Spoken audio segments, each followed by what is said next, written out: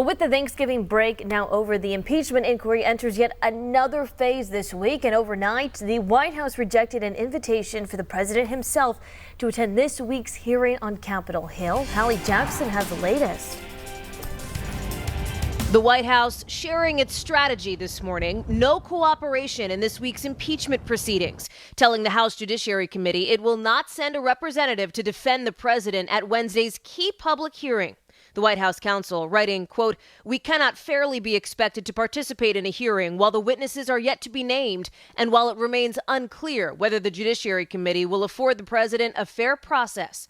That's despite Democrats and Republicans suggesting President Trump might want to have his people present. I think it would be to the president's advantage to have his attorneys there. That is his right. If he has not done anything wrong, we're certainly anxious to hear his explanation of that.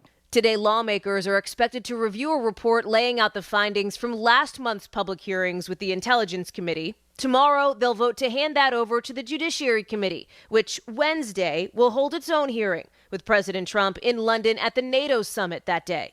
The White House now accusing Democrats of purposely scheduling the session while the president's overseas with world leaders.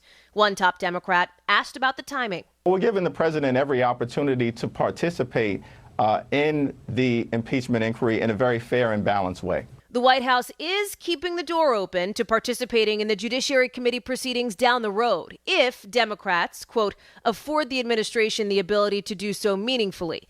That's even as the president decries what he calls the most ridiculous impeachment hearings in history. Republicans are already signaling where their focus will be, planning to call for the testimony of Congressman Adam Schiff, who's been the face of the Democrats' impeachment push so far. If he chooses not to, then I really question his veracity and what he's putting in his report. I question his, the motives of why he's doing it. And there was Hallie Jackson reporting.